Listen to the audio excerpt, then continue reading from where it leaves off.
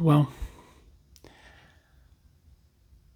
I never thought that we would be sharing our son's testimony through a eulogy. I never thought that my part of my testimony would be through his eulogy, but he deserves to be talked about.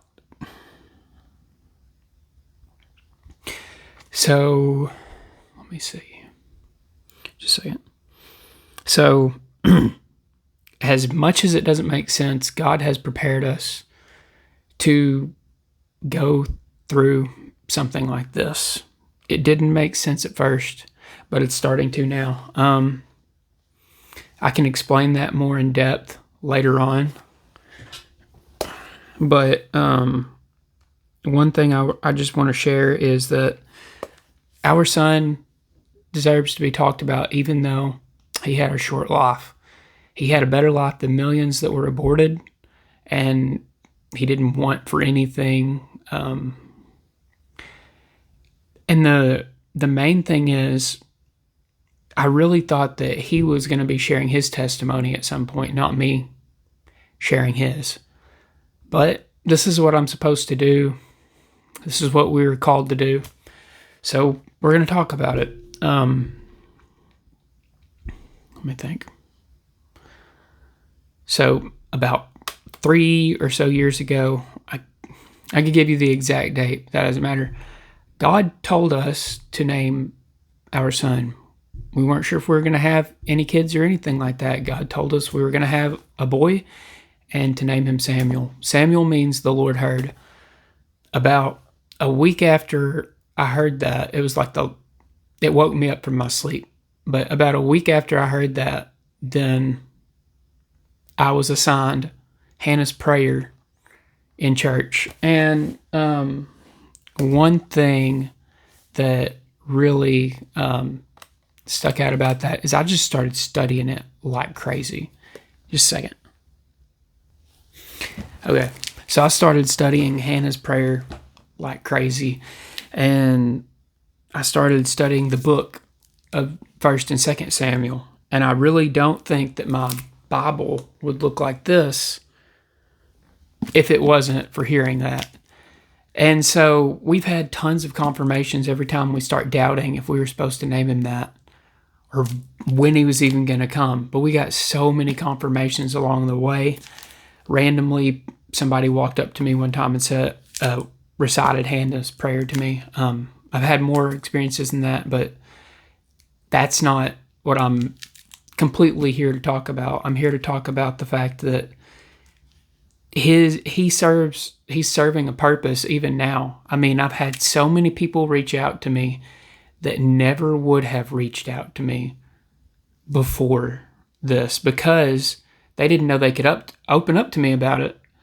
And so, let me see. I've got this book right here that a lady at church, Miss Darla, she wrote this book, and she went through exactly what we went through.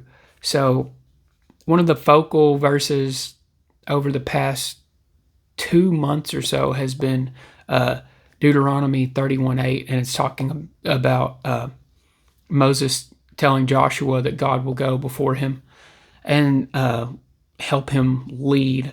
And it's just the I will go before you. That part just sticks out to me so much. I think that this book right here has helped me tremendously. It's called Tailor Made by God's Loving Hands by Darla Burden. And she doesn't hold back any emotions. And the only reason she gave me this book was because I said something to her that stuck out to her. So she knew she had to. So I read it years ago, and that actually helped me whenever I was actually in the situation, helped both of us when we were in the situation, because it gave me a little more clarity. And I think that sometimes we don't always know why things happen the way they do, but I do know that we're supposed to talk about this and we should honor our son. And so anyone who's lost anyone, if they have any type of just struggle, just reach out to us. There's also a group called Impact in Jonesboro that goes through that very thing. I mean, from the ER nurse that was on staff being a godsend to help us, to everyone. I mean, it was just everything played out the best it could given the circumstances. But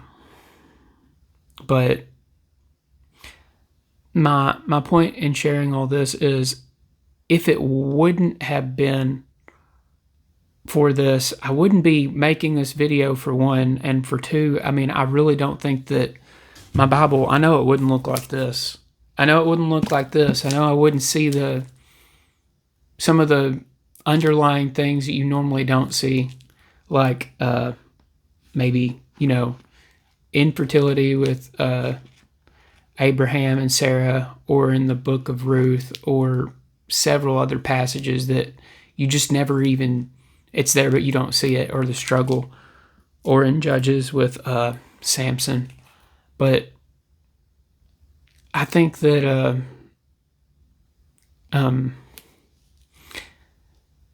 sorry, just say it. I think that it's so important for us. I think that when somebody's going through something like this, you should just reach out to somebody, find a local church, anyone. Also, we had a very small funeral, and that gave us, I think, more closure than having a big funeral with a bunch of people who would be there on good intentions, but wouldn't be able to fully understand what we were going through or know how to cope with it, or people, if they felt bad, that they couldn't attend or something like that. But I'm gonna share a few things. One of the main things that stuck out to me is, even right after this happened and we were home from the hospital, we'd already lost him. Then the next day, the very first thing that happened is I went to I went to Walmart to go get medicine filled, and the first person I bumped into was a pastor from another town, and he prayed over me immediately. Like, I think that sometimes we just choose not to see when God is with us. And so anyone struggling or going through this, don't let this stop you from your calling. Don't let this stop you if you're, husband and wife struggling with this. Don't let this stop you. And even make sure you're on the same page, but maybe you're being called to adopt or something like that. Just ask God for clarity in situations like this. I know that these weren't the circumstances that we were planning on sharing our son with the world, but we're still happy that for every single moment that we had with him. And I mean, the Jeremy Camp concert, just all the little things that he was there with us through. And so if anyone feels like they need to reach out, just reach out to somebody, talk about it. Don't hide it. Just like this hat, you might not be able to read it, but just like this hat says Dad on it. Like, don't just throw it in the closet just because your title hasn't changed, but your season's changed. So don't feel like you can't share with others. And I just felt like we needed to share that. So thanks, guys. Appreciate all the prayers.